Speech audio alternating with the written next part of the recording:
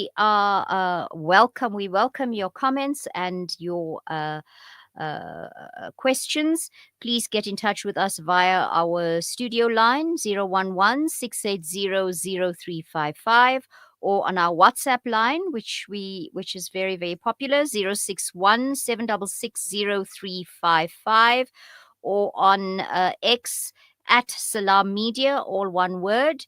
Or the show hashtag is hashtag Mid-Morning Talk. So, like I said, today we've got a great lineup. We've got Dr. Kate Phillip, who will be joining us very shortly. And thereafter, we'll be talking to Kamila Knight Morake from Islamic Careline. She'll be followed by our occupational therapist specialist, Adila Dadabai. And then lastly, we have a dear friend of mine, Debbie Cockrell. So it's going to be a great show, and I'm raring to go. So before anything, I'm going to introduce Dr. Kate Phillip. Dr. Kate Phillip is a development strategist, and she's focused on employment creation, which, of course, is a very, very important area to focus on, especially in South Africa. This includes not only her current focus on public employment programs, but also many years' focus on rural and township enterprise development. At the moment, she currently heads the Presidential Employment Stimulus, which has supported the creation of over 2 million jobs and livelihood opportunities in public employment programs. And I think that deserves a round of applause. Well done. 2 million jobs. Absolutely amazing. Her previous work with public employment programs has included support to the government of Greece at the height of the Greek crisis through the ILO, which is the Independent Labor Organization. She's also an author. She's written the book Markets on the Margins: Mine Workers, Job Creation, and Enterprise Development.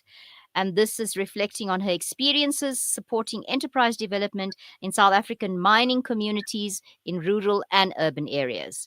Hello, Kate, and welcome to the show. Hello, and a pleasure to be here. Yeah, this is an absolute pleasure to have you today. I've got so much to talk about and ask you. But before we do that, maybe you just want to quickly touch base and describe some of the programs that you're working with, so it gives an idea to our listeners. Yes. The Presidential Employment Stimulus was initiated in the context of COVID. It was a crisis response. Our economy lost 2 million jobs during the pandemic in a context in which we already had a crisis of unemployment. And so there was a sense of urgency to to publicly support the creation of jobs and livelihood support initiatives quickly over that period. So it was quite a unique opportunity. We ran over 15 programs with over 15 government departments, but I'll just highlight some of the key programs in that period. I think probably the best known program is the program that appointed young people as teachers' assistants in schools. Yes, I do remember that. That program has, since inception, employed over 1 million young people. And what is so, in my view, amazing about that program is it reaches every community in the country, because every community in the country has schools. It's had a 97% approval rating from principals in the poorest schools who've really embraced the energy that these young people have brought into the schools, supporting the teachers and supporting the learners in all kinds of ways. So that's been a fabulous program. We had a hiatus last year. There was a funding issue. It didn't happen last year, but it is going to happen again this year. The Social Employment Fund is another exciting one, which works with civil society organizations, recognizing that the state can't do it all. We need to partner with civil society, and also because civil society organizations are doing such good work at community level. So that program supports those organizations, has created over 100,000 work opportunities, doing things like everything from food security, combating gender-based violence, early childhood development. If it's happening in the community, if there's capacity to employ more people, it's been supported. And then during the pandemic as well, we issued over 100,000 production input vouchers to smallholder farmers to help them get into production after the pandemic. So that's just a few of the programs, but to give you an idea of the kind of range. Yeah, I know, and it sounds very interesting.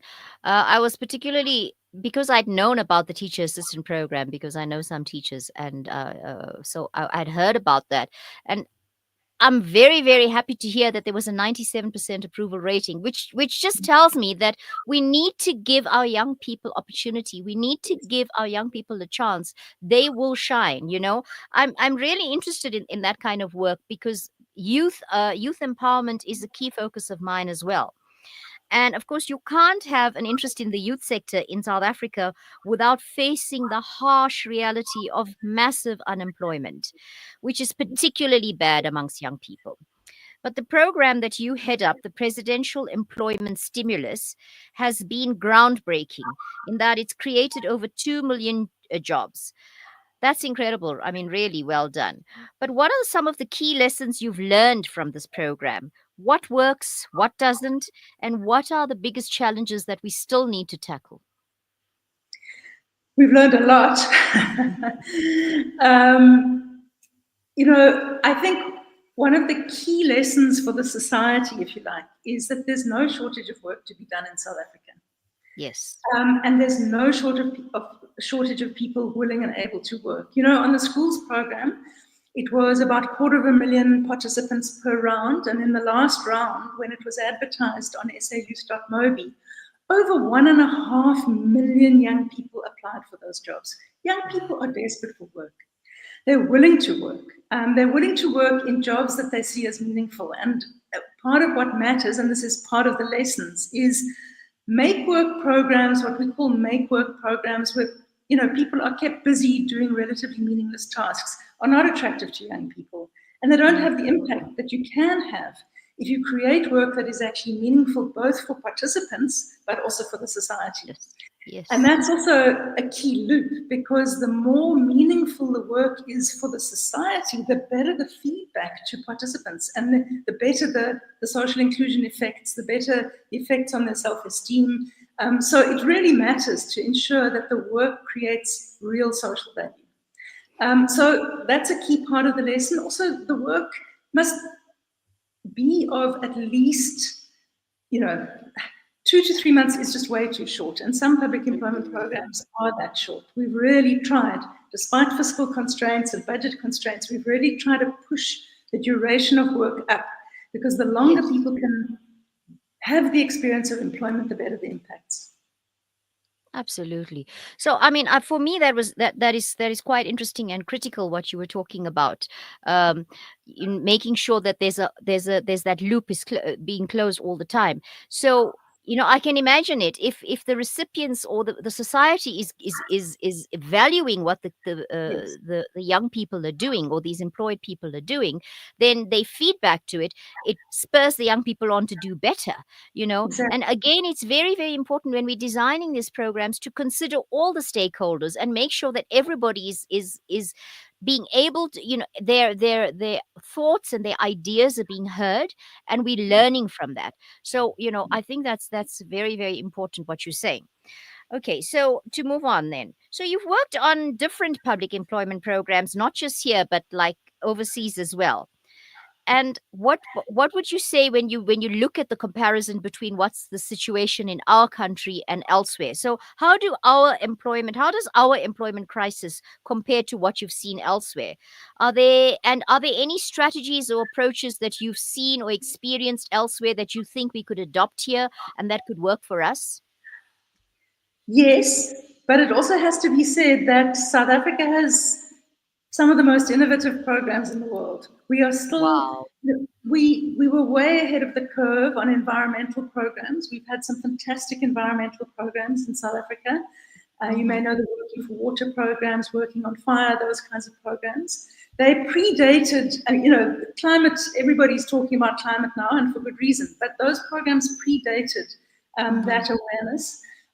We were one of the first countries in the world to really take on board the possibility of public employment work in the social sector, in care, in early childhood development, in Yes. combating gender-based violence, all of these kinds of things. Traditionally in many parts of the world, they still see public employment as public works, and the Mm-hmm. term works really implies infrastructure. It And those, immediately brings that to mind. Correct. Yeah. yeah. So actually, we really are. Other countries do look to what we've done and are doing. That said, there are. I want to just highlight two important lessons. The one was the experience in Greece. You Mm-hmm. know, the Greek crisis. Everybody was unemployed, and so many of their young people had master's degrees. And in that context, we had to design to absorb those people. And so the programs included programs for vets to neuter cats and dogs in the street, stray cats and dogs. There were programs doing physiotherapy for old age homes. There were archaeologists. There were people doing public interest app design. I think the mental model of public employment is often that it's low value, unskilled work. Firstly, it can be high value, unskilled work, but also it can be skilled work. There is no skill that cannot be put to good use for the public good. So that's a mental model that I think we need to break, and that Greek experience really helped me with that. I think the other really important example is India. India has legislated an employment guarantee for its rural areas and employs 60 million households a year. So 60 million people a year. And what is important about that program also is every household has a guarantee of 100 days of work per year that they can allocate as they choose within the household. But there's also a recognition that in rural India, seasonal unemployment is a structural issue. It's not going away. And so that program is just ongoing, and it's expected that people will return to the program when they need work. So there's no assumption that one opportunity and you must go and find a place in the labor market. It's recognized seasonal unemployment is a structural issue. And I think our unemployment is also deeply structural in many ways. And there is no easy transition into the labor market. The labor market currently only absorbs 10% of the total unemployed each year. That leaves 90% of the unemployed without an opportunity to transition into the labor market. And that means we have a really wicked problem to solve in this space. It's a big problem, but we shall get there, I'm sure. I mean, it was very encouraging for me to hear that some of our programs are so innovative and are looked at as good examples from the rest of the world, especially on the environmental side. So I find that very, very encouraging. So I often think that we have great policies in South Africa. Our government policies are great. We have great policies when it comes to human rights. We have one of the best constitutions in the world. Unfortunately, it's the implementation or the practice of that doesn't follow through. So I mean, with such great policies and such great programs, it's concerning that we're still not able to get as many people employed as possible. But yeah, I suppose that's not something we're going to solve overnight. But I'm glad that at least there are the minds and the people, the think tanks that are working towards that. And yeah, 10% is very little. But yes, we must be positive. At least it is still 10%. And maybe that can slowly increase, to 12% and 15% Must. every year. It must, yeah, it must. And if we start adopting, I guess, our strategies that are or the programs that we have more concertedly, I'm sure it'll have a ripple effect, and we could start really ma- you know blasting those very, very horrific unemployment figures that we have. Okay, but I want to talk to you about something else now. So as a fellow author, I want to give you a chance to speak about your book, Markets on the Margins, which looks at enterprise development in mining communities. Now, we know that many of these communities face high unemployment and are often excluded from the mainstream economy. Right? And sometimes when the mine closes or when it becomes less profitable and the mine has to, shut down, these towns become ghost towns. Can entrepreneurship revitalize these areas? And how would they do that? And what support would entrepreneurs need to successfully do this? So I've come full circle in a way because early in my career, I worked for 15 years in supporting employment creation for people who had been retrenched from the mining industry. There was a period about 20 years ago, I'm going to date myself now, when there were mass layoffs in the mining industry. It hasn't really stopped. It's a continuing problem. But the National Union of Mine Workers at that time set up a job creation program. It was, again, an innovation. It was an unusual role for a trade union to play, that focused on entrepreneurship for not only the mine workers who'd lost their jobs, but also in their communities, and set up development centers all over Southern Africa, in fact, supporting enterprise development. Now, this was at the turn of the period from apartheid to democracy, and about 10 years into that period. And in a way, conditions were particularly difficult at that time because entrepreneurship had been criminalized in the apartheid period. And so there were very particular problems in that context. But I think, one of the big challenges that we really saw was how high levels of centralization in the South African economy mean that many of the goods that could normally be produced locally, like peanut butter or sunflower oil or bread, were already mass-produced in our core economy, which creates real constraints for small entrepreneurs. We did have some successes, and entrepreneurship is important, but it's not for everybody. And in a way, the constraints and the difficulties are part of what then led me to lean towards public employment, to provide relief in relation to the unemployment crisis. Now I'm coming full circle because the labor market can't absorb people at the scale of need. We're having to look at how do we support people to engage economically if they can't be employed. So the lessons from that early period are coming back. And yes, there's a lot that we can do. We need to think in layered ways. There are no silver bullets in this space. And every element that you can advance somebody's economic inclusion, if it starts with a savings group, if it starts with saving to invest in a productive asset, step by step, we need to value all of those steps because, as I said, there's no silver bullet, but it's an area of huge importance. Yeah. So I think what we realize is just as the problem is huge, the solution is not going to be a one quick solution, and it's going to take all the key role players.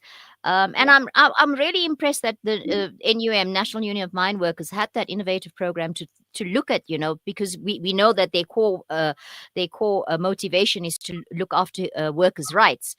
But more than that, to actually get them to start employing or becoming contributing members of society, I think that's fascinating. But on that note, we're going to have to take a quick ad break, and when we're back, we'll have continue our very interesting chat with Kate. Thank you.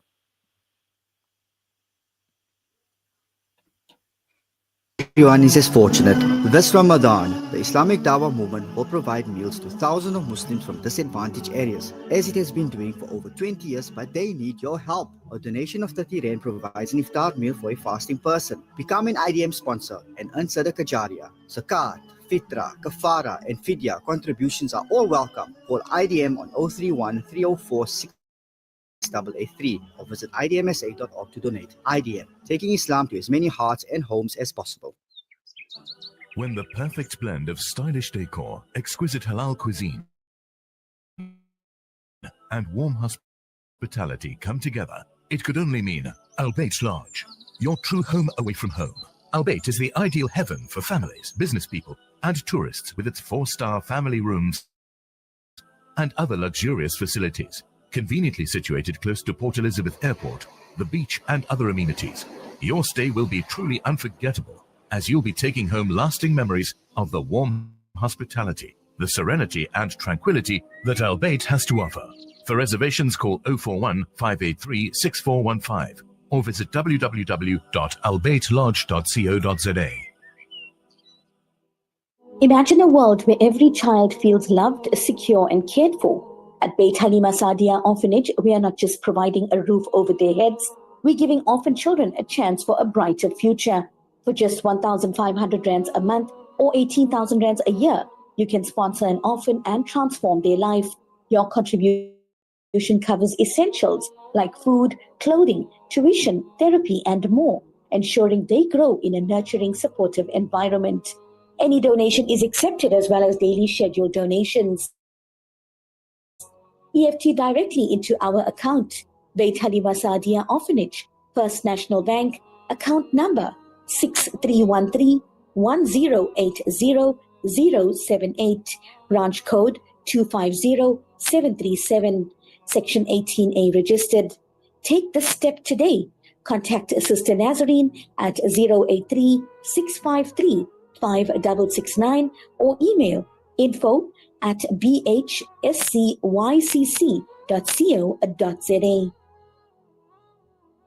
Yasin Badat Financial Advisory. Are your financial goals feeling out of reach? Yasin Badat Financial Advisory is here to turn your aspirations into achievements. Our dedicated team, armed with a history of success, is ready to guide you through the complex nature of financial and investment planning. Whether you're a seasoned investor or new to the game, our personalized solutions cater to your unique goals and risk appetite.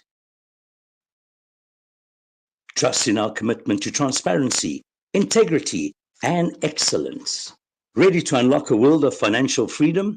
Partner with us today. Call Yasin Badat Financial Advisory at +27033462071 or visit www.yasinbadat.com. Yasin Badat Financial Advisory, guiding you to financial success. Hey, Gulam. Yeah? Did I return your lawnmower last month? No, bye, you didn't. Oh, no. Now what'll I do? I wanted to borrow it again, man. With Randry Jewelers, you won't have to borrow or lend because the prices are so well trimmed on all gold and diamond jewelry. Alternatively, we could remake your old jewelry into a brilliant new design. Visit Randry Jewelers at 151 Stevens Lamini Road, Musgrave, Durban. Randry Jewelers, the family name you can trust.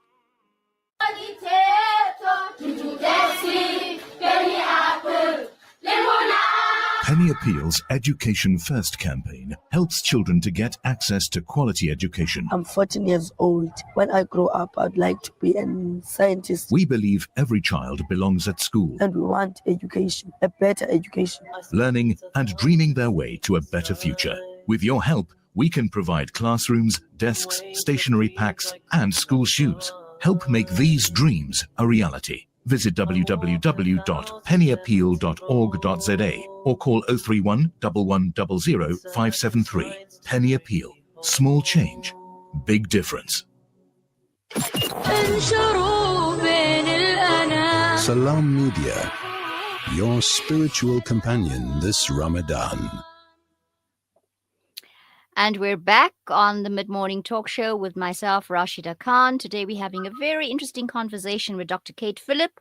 Remember, you can get in touch with us with your comments and questions on X, that's Twitter, at Salam Media, and our show hashtag. If you are making comments or you want to share anything, please use the hashtag Mid-Morning Talk.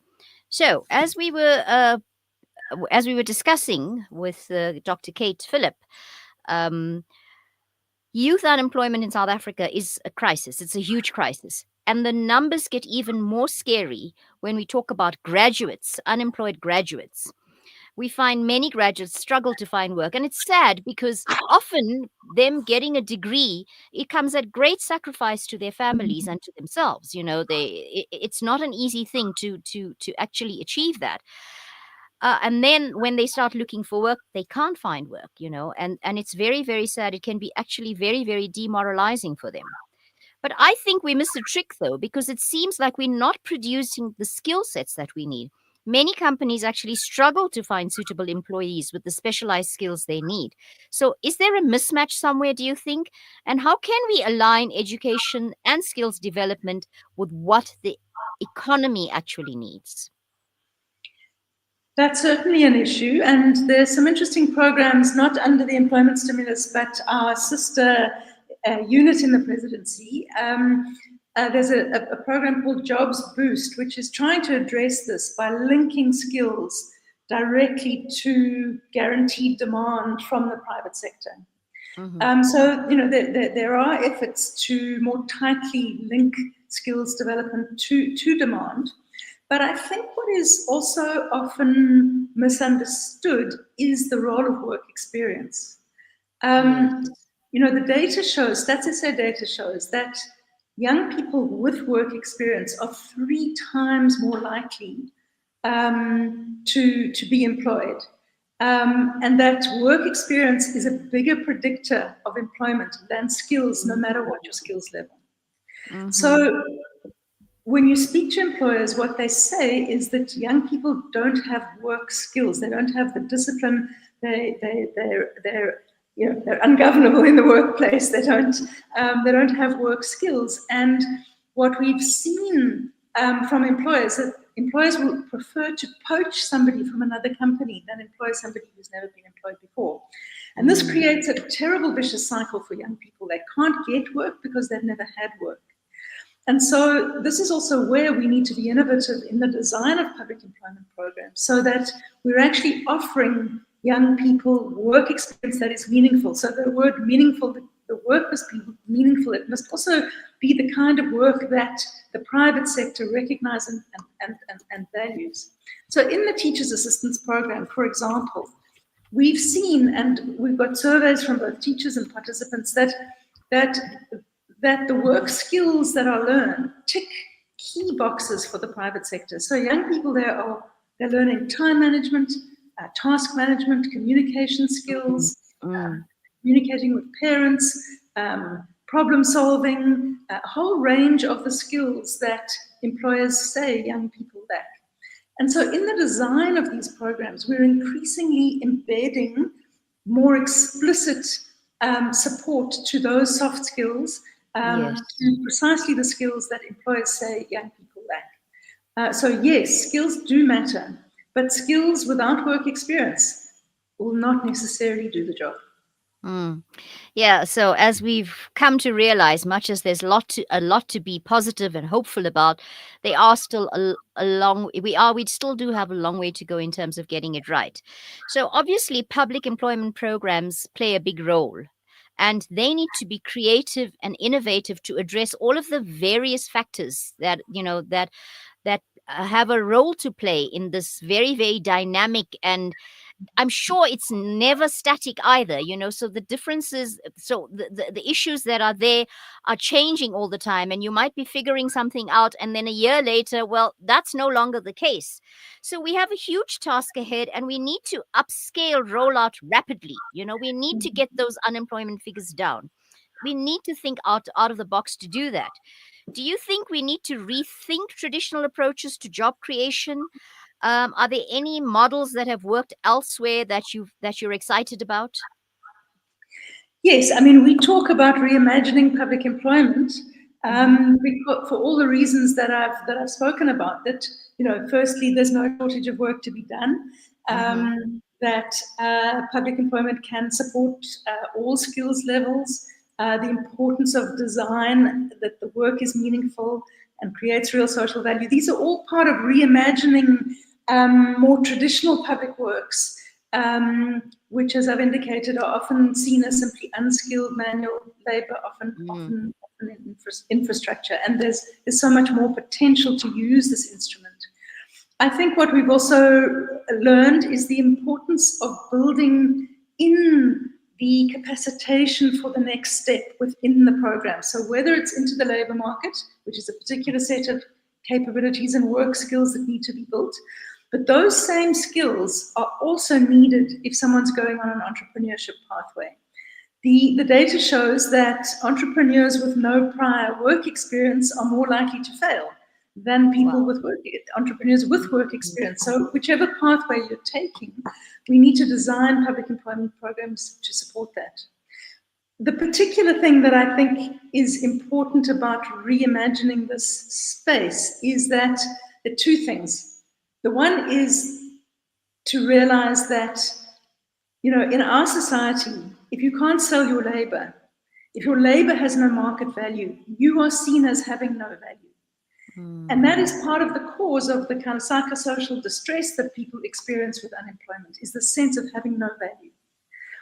The important message is that even when labor has no market value, it has a social value. It can create enormous social value. We need instruments to unlock that social value across the spectrum of areas, food security, combating gender-based violence, environmental programs, early childhood development, care, you name it. Yes. We need instruments to unlock the social value of labor in a context in which the market value of labor is limited. And I think the other key message that I would like to convey is we need to come to terms with the fact that for society and its people, employment, participation in work matters too much to leave to markets alone. We need instruments to involve people, include people economically, even when the economy, for all kinds of historical and structural reasons, is struggling to do so. We can't just say, well, that's how it is. We need to design and develop and roll out mechanisms that enable that economic inclusion.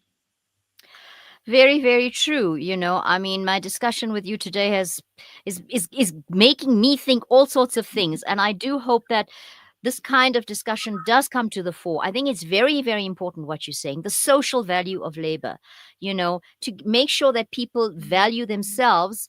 And how do you value yourself? You probably only when someone else values you. So we've got to get there. And I mean, there's so much to be done. And these a couple of areas that you've just mentioned, early childhood development, gender-based violence, those are huge crises in our country.